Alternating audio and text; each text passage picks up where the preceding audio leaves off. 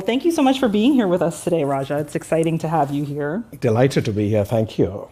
You are the Chief Marketing Officer for Mastercard, which is a fintech company, as we all know.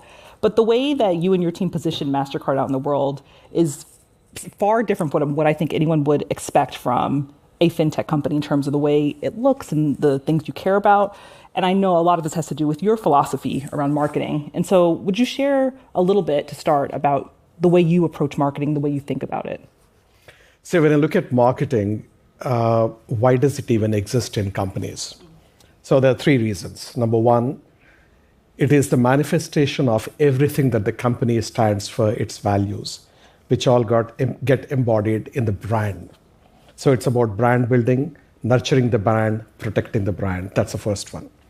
Second, to advance the business, because we are not at the end of the day just a creative function that makes the brand look good. It has to make a difference to the business. That's number two. And third, with all this intense competition that is so widely prevailing, how do you establish platforms that will differentiate your brand, differentiate your company, and keep it ahead of the game? So these are the three primary reasons why marketing exists. But the way I look at marketing is also a little different in the sense that it's not only doing something good for your company, but it also does something very good for the society. So we call it doing well by doing good, or marketing is not just a force for growth, but it is also a force for good. And that really changes the entire texture through which you look at marketing, and the kind of difference it can make is absolutely fascinating. And I know you published a book called Quantum Marketing, Yes. which sort of encapsulates a lot of this. So how do you define that term, quantum marketing?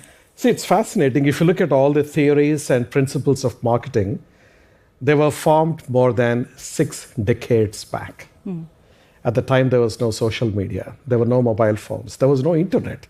Forget about artificial intelligence. And one of my quests had been to say that when marketing rules were formed then, the theories and the principles, are they so timeless that they remain constant with all the changes happening? Or are they actually going to change? And that led me down this whole discovery where I said, actually, the principles which were done there are not like magnetism or electricity, which don't change with time, but they actually have to be changed in the context of marketing. And in the area of marketing, like classical marketing, there are many things that are done today which are completely ineffective, they're useless, and in fact, they are even counterproductive. So from that perspective, I have come up with this whole construct called quantum marketing, which is about challenging every single aspect of marketing from its foundations and then reimagining for the current context, and also try to tease out some of those principles which will remain into the future irrespective of what happens in the environment. So go more to the foundational principles of marketing the way they should be than the way they have been. Okay, well, so when we started off, you started talking about a couple of these principles that you find really compelling. And one of them was connected to purpose and this idea of how purpose can motivate your decisions in the marketing space. So how does purpose fit into your vision for marketing and how it influences your choices there? So, firstly, your purpose can be purely to make profit. Okay, so it can be anything from a purpose-drivenness. It is the reason why a company exists and what objectives does it want to pursue. It's a direction, it's a North Star for a company. What you find typically is for most companies, if the purpose is all about profit, the equation becomes so ineffective as opposed to looking at the larger good as your purpose, profits will automatically follow. So what you bring first and what you bring next is the key point out here. And when you're trying to do something genuinely good for the society, genuinely good for the planet, you earn the kind of trust from consumers, which is absolutely invaluable. And it becomes one of the biggest differentiators for your company or for your brand. And that in turn drives your profitabilities and your profits. So therefore, when I look at the entire aspect of purpose, it's important that every company needs to know what exactly it is doing beyond merely peddling their products and serving advertisements and marketing campaigns. And at Mastercard, could you share some examples of what that's looked like for you? Because there's a lot of ways in which you've implemented this. Yeah. See, one of the things we have done right here in New York is, there was the situation amongst transgender population, where when they go through the transition, many times when they go with their card, the payment card, the name on the card does not match with what a person expects based on the new look of that individual. And many of them, sadly, were even being denied service as a result of which they get suspicious looks. Your name says it's Carla, but you're looking like Carl, and what's happening, and so on. It seems to be probably a small problem for those of us who don't go through the situations. But if you really empathize in what they're going through, you say, man, we have to really do something about it. And so the solution that Mastercard came up with is called True Name Card. So you put the name on the card that you think that you would want to be called by based on your new identity. Whether you have gone through the legal processes to change the name or not is a different issue. All we want is, what do you want to be addressed? It might seem such a small thing, but the amount of difference it makes is humongous to these individuals. Sure, yeah. And the moment we wanted to launch this, there were a lot of companies, we don't issue cards ourselves directly. It happens through the banks. And banks were worried. They said this might be a little controversial. Maybe it's the right thing to do. Is the segment big enough? And it took one bank in Canada to start this whole process. And then it was like opening the floodgates. And now this card is available, True Name Card, in more than 28 countries around the world, and one of our most profitable products. Wow.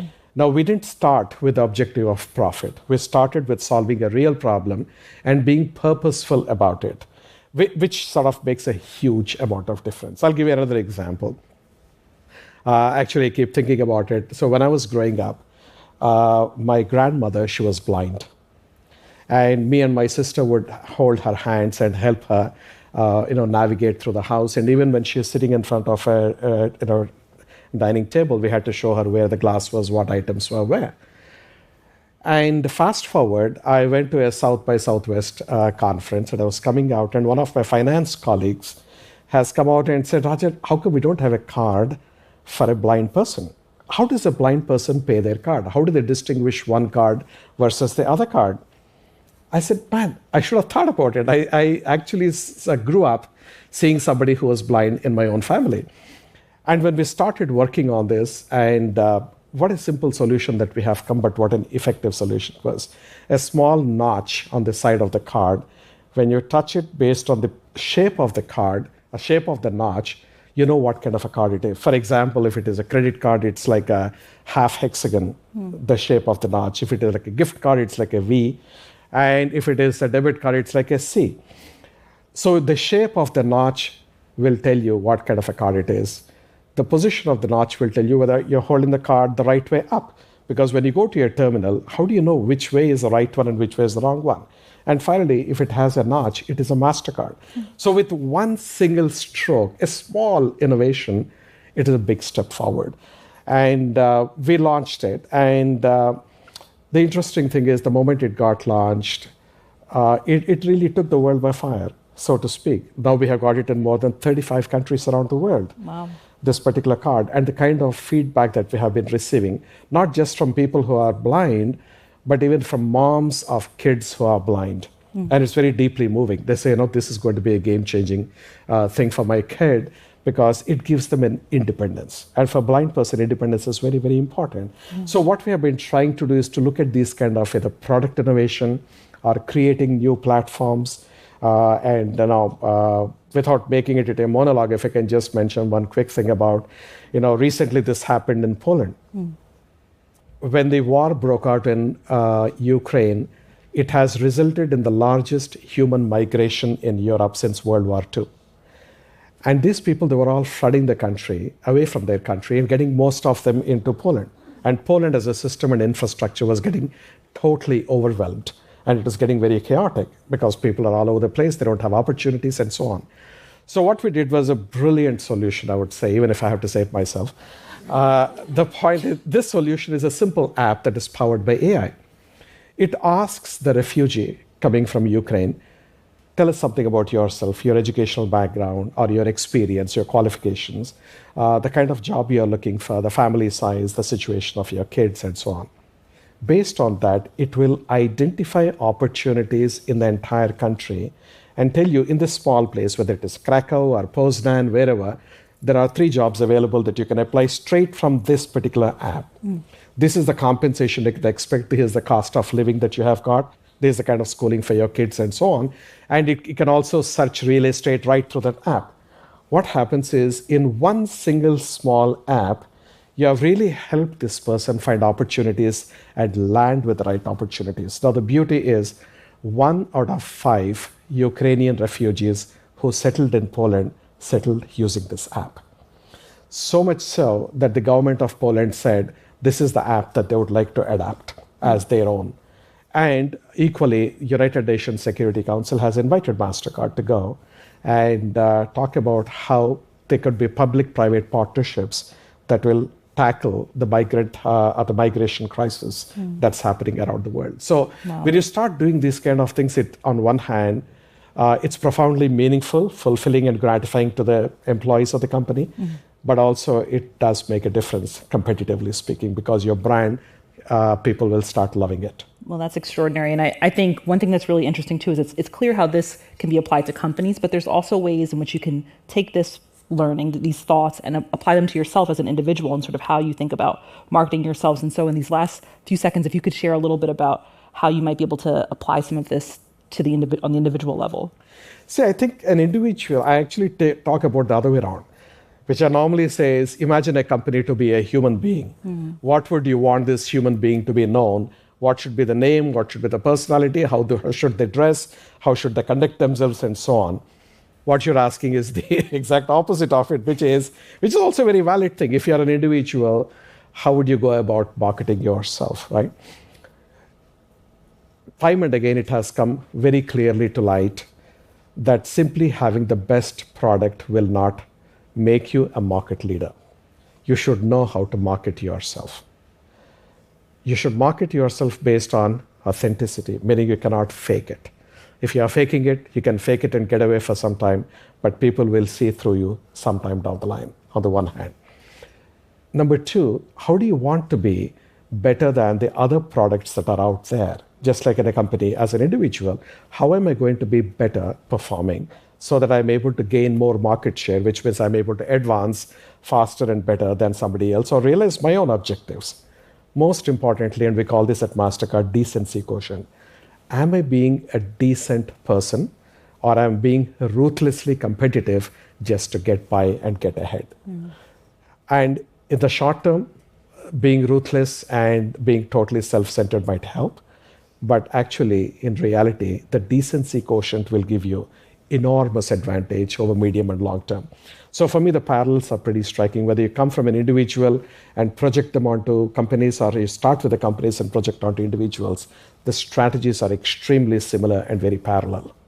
Well, I feel like we could talk about this forever. There's so much more we could dive into here, but thank you so much for sharing this, Raja. Thank you so much for being here. Thank you very much for having me. Much appreciated. Thank you.